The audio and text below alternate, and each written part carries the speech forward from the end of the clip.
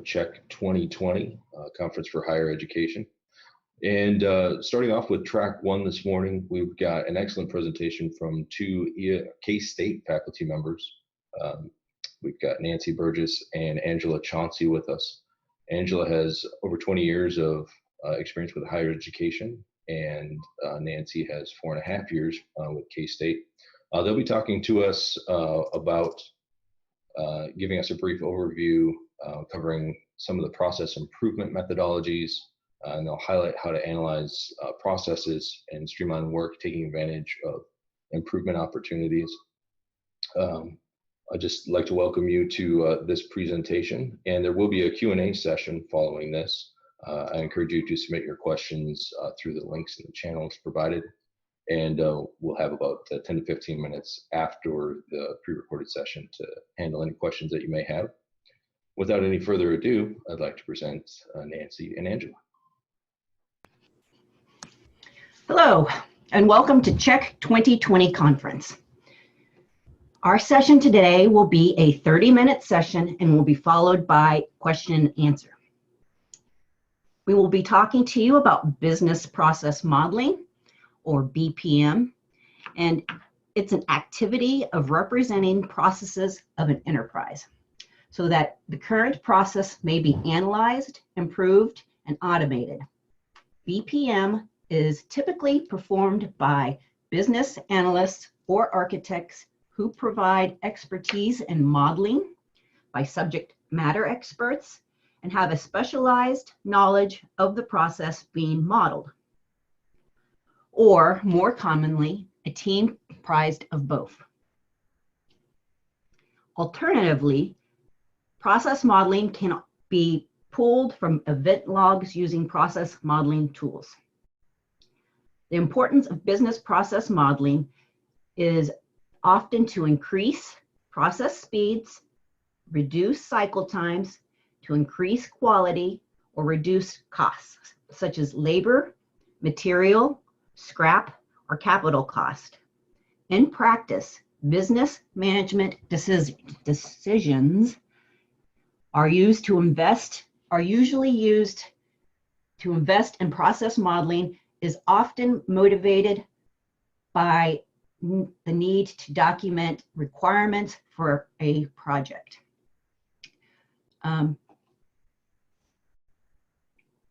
We will provide an overview of process modeling, tools and techniques in this session. We'll cover K-State's 6-step approach to process improvement.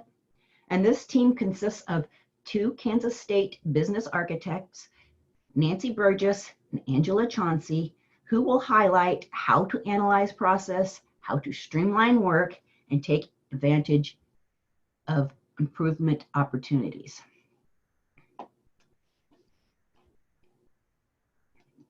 I am Nancy Burgess. I currently work in the office of the registrar, and I am a business architect. I've been working in the office of the registrar for over 4 years now. And 2 years ago, I was excited to embark on this new adventure as part of the business architect team. My education consists of a Bachelor of Science degree, and I'm currently working on my Master's of Science degree. I have various training. I've been to various training, and I've completed various training, on my latest being my Lean Six Sigma Yellow Belt. My hobbies are a daily workout, running, planting flowers, gardening when I can find the time, and coin collecting. Hello, I'm Angela Chauncey, and I'm also a business architect at Kansas State University, like Nancy, and I work in information technology services. I'm currently in an IT position, and I've been at K-State for over 20 years, holding several different types of positions in software programming and project management. I have a Bachelor of Science in Computer Science, and my certifications are Lean Six Sigma, like Nancy, and completed my PMP certification. I'm currently working on my MBA and have interest in the business side of K-State, including serving on the business architecture team. One of my top Clifton strengths is analytical. I enjoy analyzing data and processes. I enjoy running just like Nancy, and then time with my family and 2 dogs. Business architecture overview. Business architecture is a general description of a system. It identifies its purpose, vital functions, active elements, and critical processes. It defines the nature of the interaction among them, and it consists of a set of distinct but interrelated platforms creating a multidimensional system. We use the Open Group Architecture Framework, TOGAF, and this framework for enterprise architecture provides an approach for designing, planning, implementing, and governing of enterprise information technology. TOGAF is a high-level approach to design. It's typically modeled at 4 levels within a business, and that would be business, application, data, and technology. We use the Open Group Architecture Framework for structure in our approach, and the framework today we'll be covering it. Today's session will be at the business level of TOGAF, and business architecture was introduced, the history of it was introduced in the 1980s, so it's a relatively new practice. It provides value by saving time, reducing costs, and improving customer experience. It connects the why, what, and how, when, and who of an organization. We use why, what, how, when at our university, and we use the reference guide BizBock. BizBock, or the why, is usually the mission and the strategy. The what is our capabilities. The how is processes. The when is business, when it's occurring within the business cycle, and the who are the contributors or customers that are participating with it.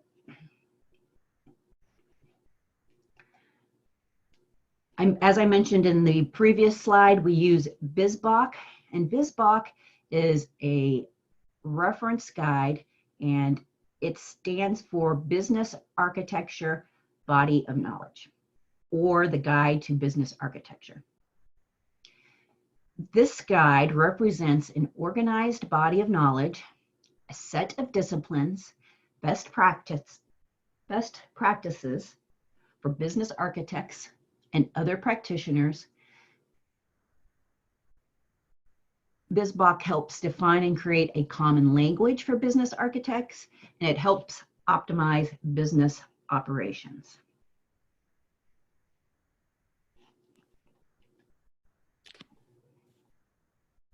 I'm going to cover some of the Kansas State University's approach to business architecture. So if you look on the right at the services, moving over to the left down to the tasks level. So we want to develop a line of sight from the services to our K-State community down to the tasks of a contributor and our employees and staff at Kansas State. Also, we collect and document artifacts that describe each of these levels. So if you start on the right, a service is expressed through the website or a service catalog. Moving over to the left, the functions and processes describe those services, and the artifacts we use to describe that include process diagrams and SIPOCs, which this session today is about. And then down to the detail level of the tasks an employee or staff does includes it is in your position description and in standard operating procedures. We use all of these artifacts to describe and align the work at K-State. Also, in K-State's approach to business architecture, it's a federated service. So we have a group of business architects that includes core team members from Information Technology Services, Registrar's Office, and Human Capital Services. Business architecture also trains the business units during our projects and engagements. So they're able to maintain the documentation and continue our federated approach. The core team members on the business architecture team, like Nancy and I, we maintain the repository, our standards and practices. In our projects and engagements, we use toll gates between each of these 6 steps in our 6-step process to get agreement and sign off with the sponsor and stakeholders. And then we also use agile techniques, and we time box meetings with a certain length of time and goals for the meeting in order to stay agile.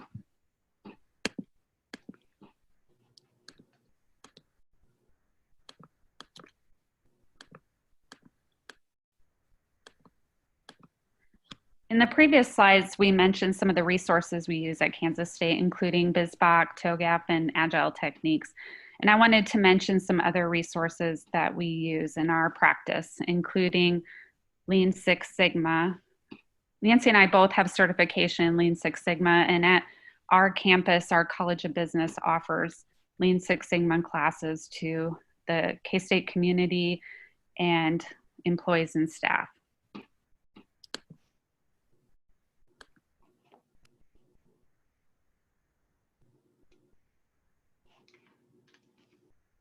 Some of our success stories. Over the years, we have had several and artifacts were produced during these projects, which align with the slide. The impacts, some of the partners we've worked with is, as Angela mentioned, Human Capital Services. We re-engineered processes. The outcome was save time, and the outputs were process lists, SIPOCs, and process diagrams. With McCain Performing Arts, a new system was implemented to help increase online sales and create a problem statement and critical to quality. Office of Research, a new system was implemented and best of breed process was created. We also did charters and process diagrams. With strategic enrollment management, a new system was implemented with reduced variations. The voice of the customer was heard and how they want to see things, and process diagrams are also created. We also partnered with Education Abroad and prepared a new budget model, communicated values of service, and we produced process lists with cost information. Currently, Angela and I are working on a project with Strategic Enrollment Management and the Office of the Registrar, various other offices, financial aid, and what we are doing is analyzing tuition and fee waivers, the processes that go along with that, and we hope to add this to our success list in 2020.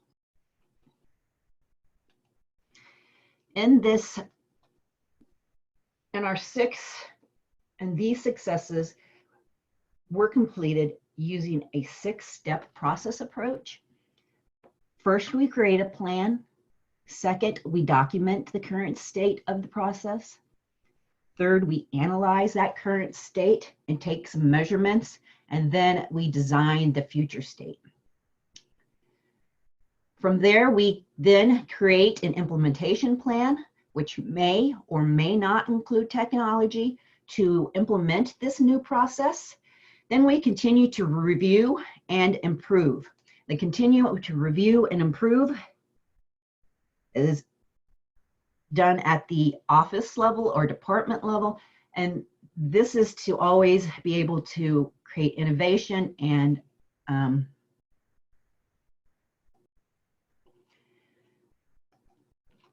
Our 6-step process is similar to the DOMAIC process, And DOMAIC is an acronym for define, measure, analyze, improve, and control.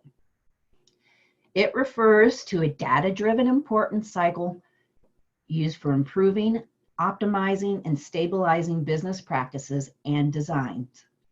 The DOMAIC improvement cycle is the core tool used to drive Six Sigma projects. However, it is not exclusively Six Sigma and can be used as a framework to improve applications.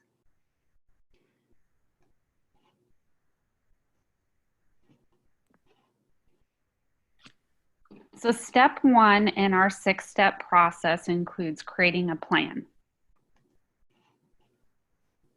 In order to create a plan, we first want to gather that voice of the customer, understand their problem they're trying to solve, and work with them. Next, we're going to gather the who and the what of their business unit by researching their website and their position descriptions. Then at the first meeting, we are going to gather that scope, our milestones, and make an agreement and an engagement plan in order to create that win-win situation. In order to move on to the next step, documenting our current state, the engagement plan will include our scope, milestones, and agreement of what we're going to document and improve. So now that we have that engagement step and create a plan, we can move to step 2, document the current state. Documenting the current state. And after we have the plan and scope, we start documenting. And we use tools, and the tools used to create the current state process are SIPOCs, process diagrams, which show the flow, redundancy, and measurements. At Kansas State University, we use Visagi and Visio for our process diagramming, and we use Excel for our SIPOCing. We also use business process management notation to create a common language in all of our work.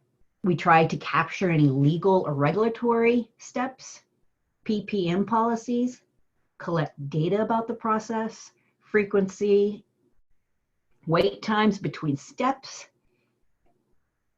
and the technology used to complete this process.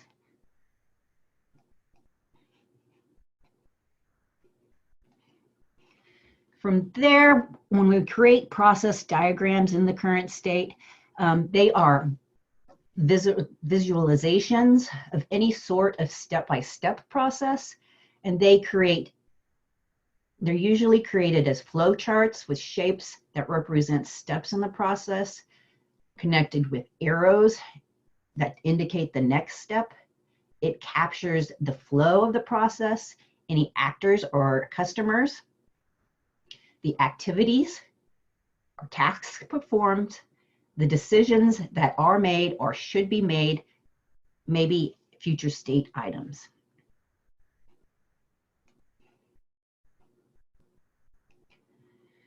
This is an example of a cab booking process diagram. And this diagram includes swim lanes. So one of the swim lane is the customer, and we have another swim lane of a travel agent, and we have a third swim lane of the cab driver. It shows the tasks, how they're performed, and the order that they're completed. It shows decisions, how people receive information, and what the next steps are.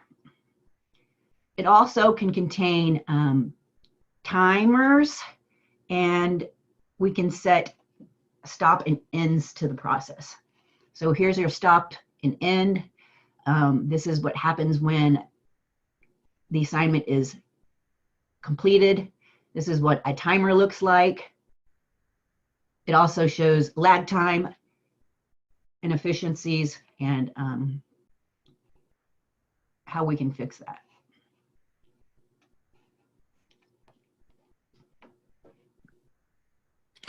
So some of those notations that Nancy mentioned are in our business process model notation. So those symbols and our standards, such as the decisions, the swim lanes, the messaging icons, they're all standards built within Visio. So if we, in our federated approach and on our federated team, if we all use the same Visio template with this type of notation, it's very easy to work together and share ownership of process diagrams. And then there are some workflow systems that will import directly BPMN notation and automate those steps in a process.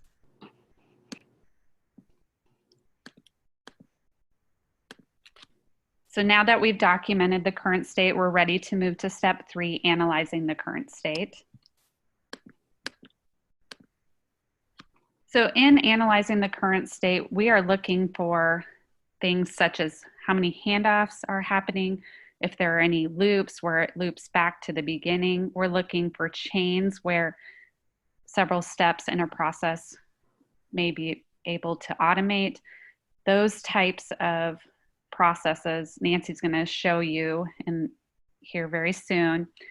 So we'll learn more about that in this presentation. We're also looking at the customer interaction during this process. If the customer is receiving feedback during the process, we're looking at how much wait times there are. Nancy mentioned that in the cab diagram where the little timers are. We put timers on our diagram and how much time, wait time is in the process. We're also looking for bottlenecks such as several approvals, looking for those types of things in this process diagram.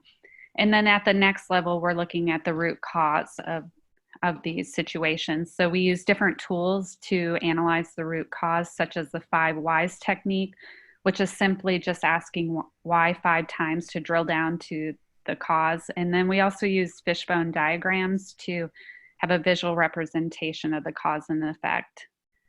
And then we're also, during analyze current state, we're also looking at different data inputs, such as reports that are produced during the process and other inputs and outputs we're analyzing to improve the process.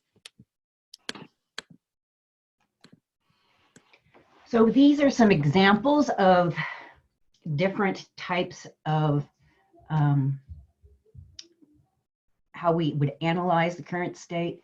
So this first one is an example of a loop. And if you notice right here between E, F, G, and H, how it loops back around. And that's an inefficiency. It can be a manual error or handling error when this loops around like this.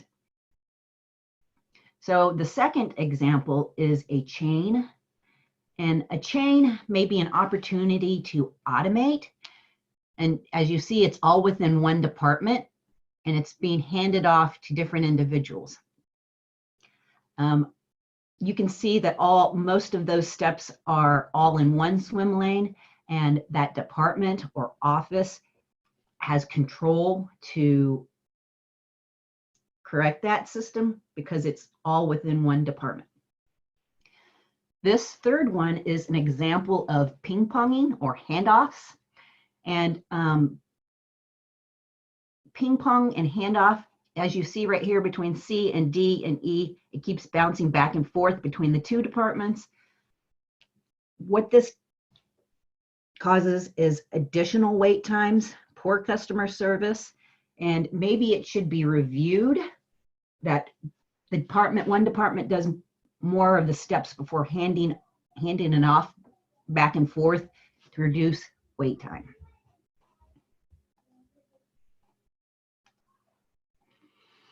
Analyzing the current state, approvals can create bottlenecks in processes. And after a period of time, maybe they should just automatically pass through. An example of rework in a process is staff cleaning data and then handing it to another department or staff, and then they clean it again. We analyze customer swim lane in the process, And if they receive status updates during this process, and you ask the customer what they're looking for, what they would like to see happen, and pain points within this process.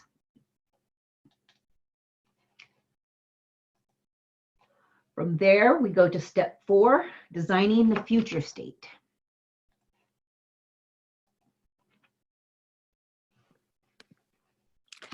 So we've analyzed that current state, and now we're designing the future state. So we're looking at that current state analysis to develop some recommendations. We usually deliver a recommendations report and a 2B model of the process diagram, and we cover that with our sponsors, our process owners, and any stakeholders. We need to gather consensus from those process owners for those changes. We're trying to look for also for best practices and innovation in these processes. And then the processes that we select for redesign and reengineering are those that are impactful, that really create that ROI, return on investment. And we select those for process reengineering.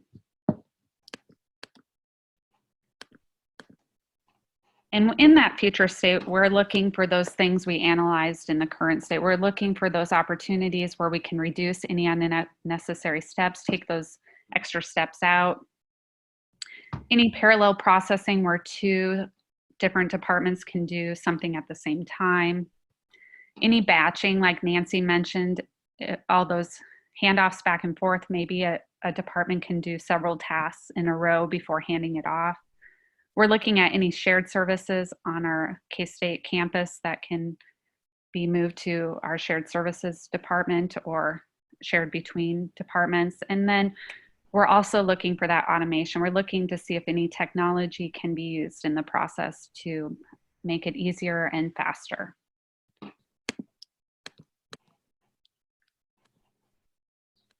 So now we're ready to move into step 5. Since we've selected that and develop that future state, now we're ready to implement. So we develop an implementation plan next. When we develop an implementation plan, it shows how a process will evolve at a high level. When properly developed, an implementation plan ensures that the development team are working to deliver works, and they're trying to meet the customer's needs. It may include other plans such as training and communication. So what we add that aspect in there. We also try to create business continuity, and we encourage empowerment of staff to change. We move from there, from the implementation plan, into step 6. And this is where we continuously look for improvements. So what we do when we continuously look for improvements, we encourage the business unit to continue the business process tools and strategies that we have taught them. We encourage them to be proactive and monitor their outcomes and processes, and to adjust as necessary, clean up and repeat, and continue to improve. And as they do this, they look for innovation, they look for improvements, and they look for better methods. We also include, for the continuous improvements, is to share success stories within our K-State University community. And what that does, when we share success stories, we are encouraging innovation, continuity, and we are highlighting a way or a better process and somebody might have not ever considered.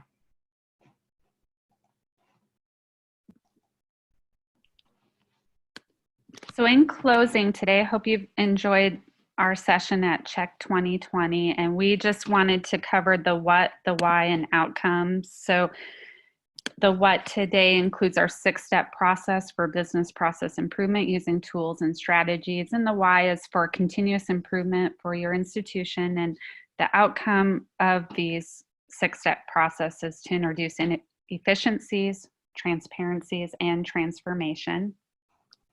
We'd like to leave you today with our email addresses, so you may contact us at any time. These are our K-State emails, and we'd be happy to talk with you more, and we'll also be online after this session for Q&A. Also, if you found our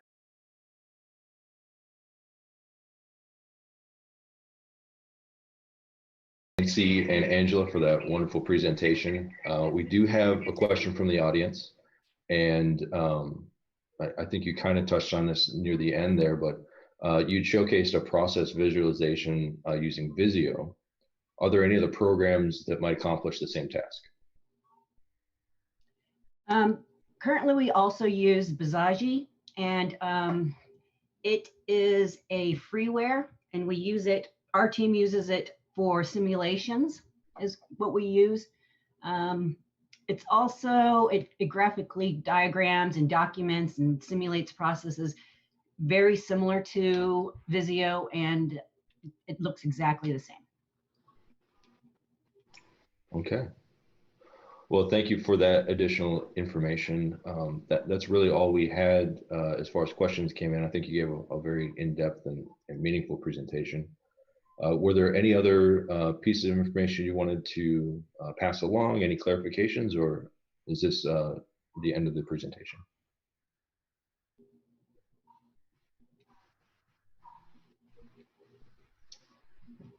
I think since we don't have any more questions, it's probably would be a good point to stop. Okay, and actually, no, we got a question right there at the end, but it's a follow-on, very similar to the one that was just asked. So anyways, thank you both ladies for this wonderful presentation, and thank you for your time. To all those that are in attendance, thank you for tuning in, and we hope you enjoy the rest of our sessions. Until we see you again, have a good day.